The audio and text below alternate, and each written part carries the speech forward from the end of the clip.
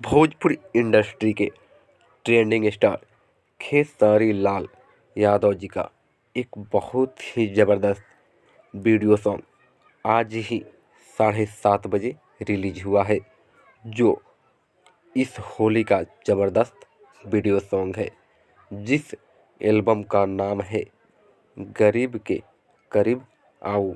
इस गाने को खेसारी लाल यादव जी के राइटर अखिलेश कश्यप जी लिखे हैं। वहीं इस गाने को खेसारी लाल यादव जी और नेहा राज गाई है।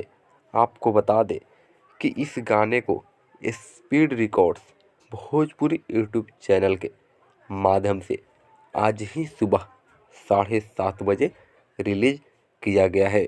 अगर आप अभी तक इस वीडियो को नहीं देखे हैं तो जाकर देखकर बताएं ये वीडियो आप सभी को कैसा लगा।